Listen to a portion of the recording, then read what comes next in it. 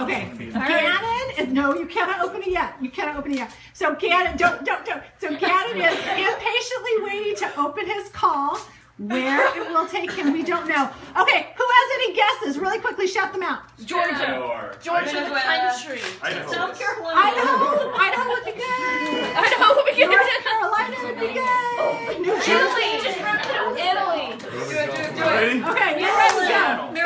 Maryland. No, you don't want to be Maryland. Okay. You gotta read it loud and proud. There it is. Elder Gannon, Ellsworth Jones, dear Elder Jones, you are hereby called to serve as a missionary of the Church of Jesus Christ of Latter-day Saints. You are assigned as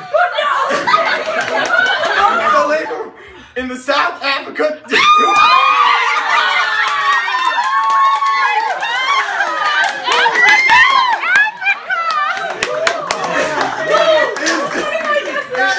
Anticipated that you will serve for a period of 24 months. You should report to the South Africa Missionary Training Center on Thursday, December 3rd, 2015. What are you doing?